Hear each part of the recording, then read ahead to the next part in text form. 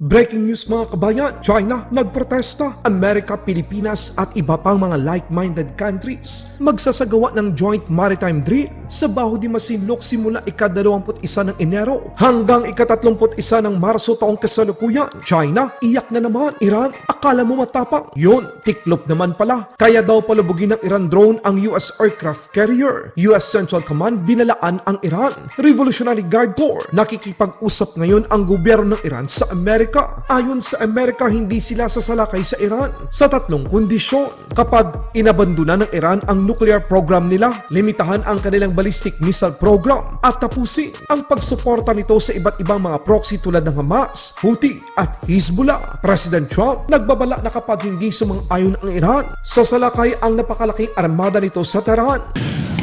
May I ask a question? Yung ba China, meron silang coordinates? Yung 9-dash line nila?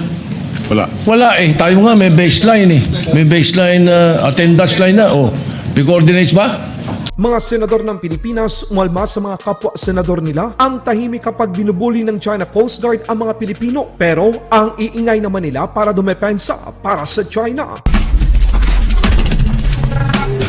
Eto na, Pilipinas at Amerika at iba pang mga like-minded countries ay tuloy-tuloy na magsasagawa ng maritime patrol sa Baho de Masinloc sa West Philippine Sea. Simula ika-21 ng Enero hanggang ika-31 ng Marso taong kasalukuyan. Sa kabila ng protesta at babala ng China, tuloy ang gagawing magkasabay na paglalayag at pagsasagawa ng magkasanib na pagpatrolya ng mga kaalyado sa West Philippine Sea na sakop ng Exclusive Economic Zone ng Pilipinas. Naglabas na ng NOTAM ang Armed Forces of the Philippines para maalerto ang mga barko at eroplanong pang-sibilyan. Makakatulong ito mga kabayan na masigurong ligtas ang mga barko at mga mangingisdang Pilipino na makapaghanap buhay sa ating mga karagatan. Ito ay patunay na hindi nag-iisa ang Pilipinas sa laban na ang Baho de Masinloc sa West Philippine Sea ay para sa mga Pilipino. These exercises are well within our EEZ, areas that we have sovereignty, sovereign rights, and jurisdiction. It includes Baho de Masinloc. It is more than 600 nautical miles from mainland China. No provision of international law supports their claim or their accusation. Historically, the Philippines has been on the receiving of coercive and aggressive actions. We have not claimed what is not us. On the other hand, we have received a lot of coercive and aggressive actions. Numbers do not lie. People do. So facts will tell us that we have not been, nor will we be, the reason for aggression in West Philippine Sea. There have been questions that we are accused of stoking tensions in the West Philippine Sea. These accusations are baseless.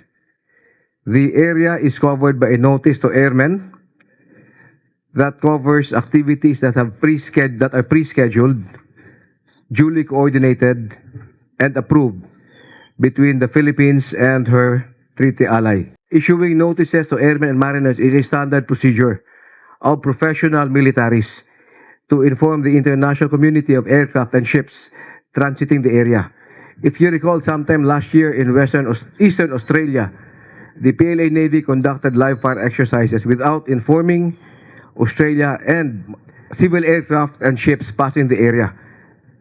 Those actions caused undue alarm. Militar ng Iran ipinagmayabang ang kanilang mga attack drone na kaya raw palubugin ang USS Abraham Lincoln nuclear aircraft carrier matapos madetect ang mga drone ng Iran. Nabanta sa seguridad ng US Carrier Strike Group, US Central Command nagpahayag ng babala. Hindi hahayaan ng Estados Unidos ang hindi ligtas na mga hakbang ng Iran Revolutionary Guard Corps, lalong-lalo na ang tangkang pagpalipad ng mga drone sa mga sasakyang pandagat ng US Navy, lalo't wala itong malinaw na pakay sa area. Iran Islamic Regime biglang naging maamo matapos dinagdagan at inilapit pa ng Estados Unidos ang kanilang puwersa malapit sa bansang Iran. Sa pagdaong ng mga karagdagang US Navy destroyer sa Israel at iba pang bahagi ng Middle East, Iran, handa na ngayong makipagnegosasyon sa Amerika. Seryoso kaya ang Iran mga kabayan? O isa itong taktika para makapaganda sa anumang pagsalakay? Pero ang totoo, walang choice ang Iran. Kailangan nilang makipag-usap sa Amerika at tanggapin na hindi sila pwedeng magkaroon ng sandatang nuklear at ibasura ang kanilang ballistic missile program. Ayon sa Iran Foreign Minister, sasang-ayon na sila sa Amerika na hindi sila magkakaroon ng nuclear weapon. Ang dating mayabang biglang natauhan. President Trump says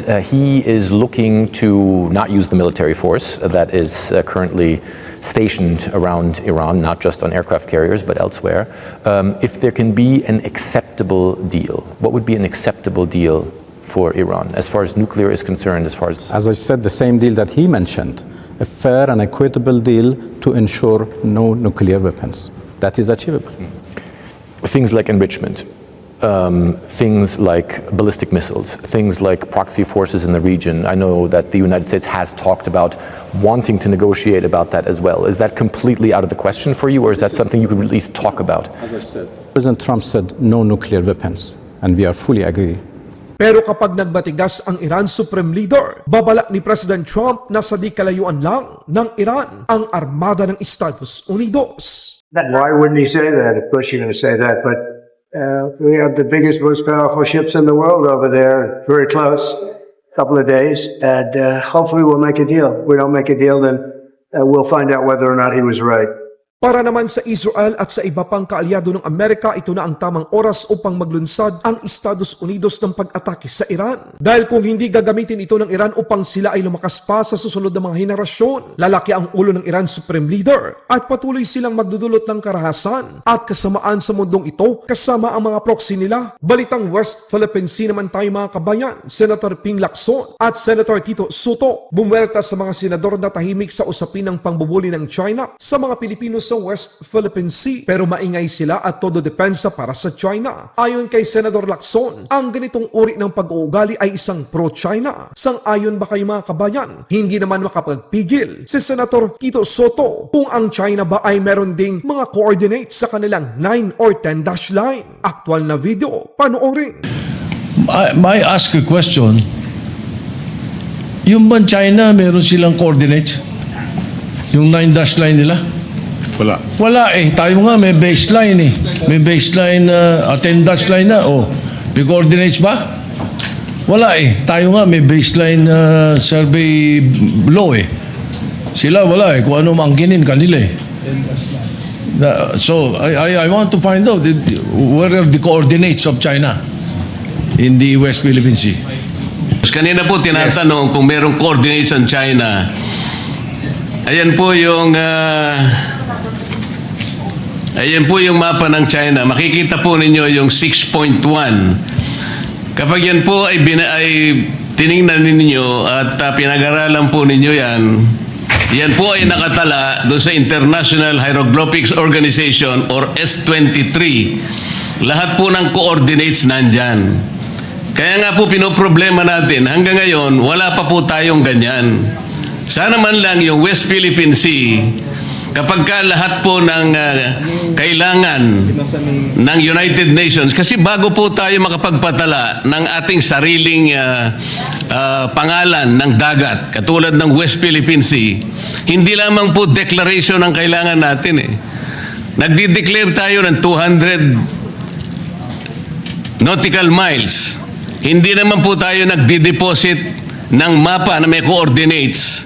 Namely Senator Pangilinan, yourself, Mr. President Pro Tempore, the Senate President, and Senator Marcoleta. We had a long discussion on the floor approving the baseline, Philippine Baseline Maritime Zones Act. Dalawang batas yung pinasa ni Senator Tolentino, who was also the majority leader at the time. And I can clearly recall he would always perform his explanation on the middle podium with a blackboard, whiteboard rather, with a map. Pinapakita niya, pure like a teacher, like a professor, showing the map of the Philippines and what it covers. So meron na po tayong approved and signed by the President a Republic Act on these two measures. It was the Philippine Baseline Law and the Philippine Archipelagic Sea Lanes. So maybe the two gentlemen can look into these two laws to see the exact coordinates that we approved as a law, as laws. This is Republic Act number 12065 and 12064. Laban Pinas.